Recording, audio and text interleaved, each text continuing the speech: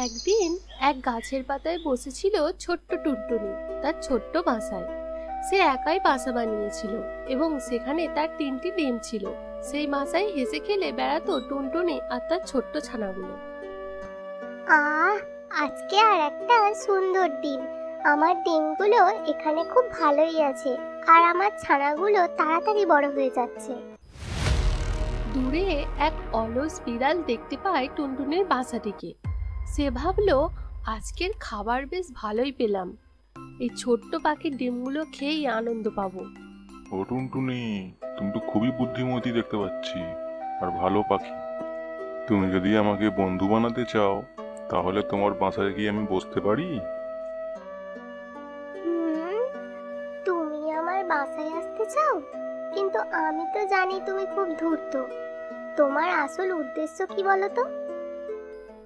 এই কথা শুনে বিড়াল ঠান্ডা হাসি দিয়ে বলল, না না, আমি তোমার কোনো ক্ষতি করব না।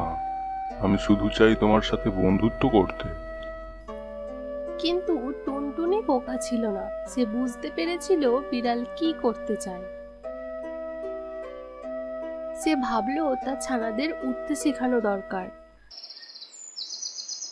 তাই সে একদিন তার ছানাগুলোকে উঠতে শেখাচ্ছিল। আজ থেকে তোমরা উড়ে যেতে শিখবে।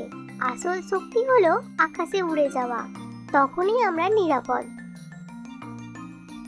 টুনটুনি তার ছানাগুলোকে এক এক করে উঠতে শেখাচ্ছিল। তারা একদিন একসাথে উড়ে গেল এক উঁচু নারকেল গাছের দিকে। তারা জানতো যে এবার বিড়াল তাদেরকে খেতে পারবে না, কারণ তারা উড়ে চলে গেছে। প্রতিদিন বিড়াল টুনটুনির বাসায় আসতো আর ছানাগুলোকে দেখে চলে যেত। কিন্তু এবার সে ভাবলো তার বাসায় গিয়ে তার ছানাগুলোকে খেয়েই ফেলবে। পরদিন বিড়াল টুনটুনির বাসায় এসে দেখে তার বাসা সম্পূর্ণ খালি, তার খাবার অদৃশ্য। বিড়াল হতাশ হয়ে বলল, কি হলো? কোথায় গেল সবাই তারা? এদিকে টুনটুনি নিরাপদে নারকেল গাছের উপরে বসে বলল, দেখো বন্ধু, এখন আমাদের এটা নতুন বাসা। কিন্তু এখানে যদি তুমি আসতে চাও তবে আসতে পারো, কিন্তু এখানে খাবারের কোনো চিন্তা নেই।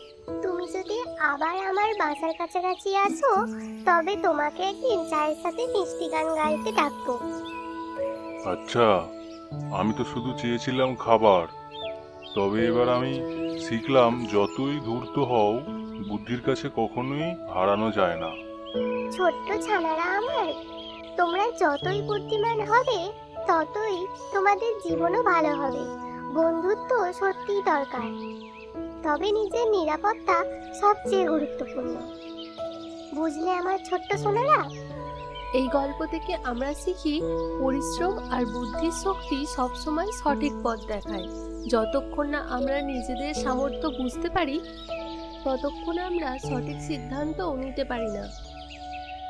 আজকের গল্পটা যদি আপনাদের ভালো লেগে থাকে তাহলে বন্ধুদের সঙ্গে শেয়ার করুন, আর আমাদের চ্যানেলটি সাবস্ক্রাইব করতে ভুলবেন না।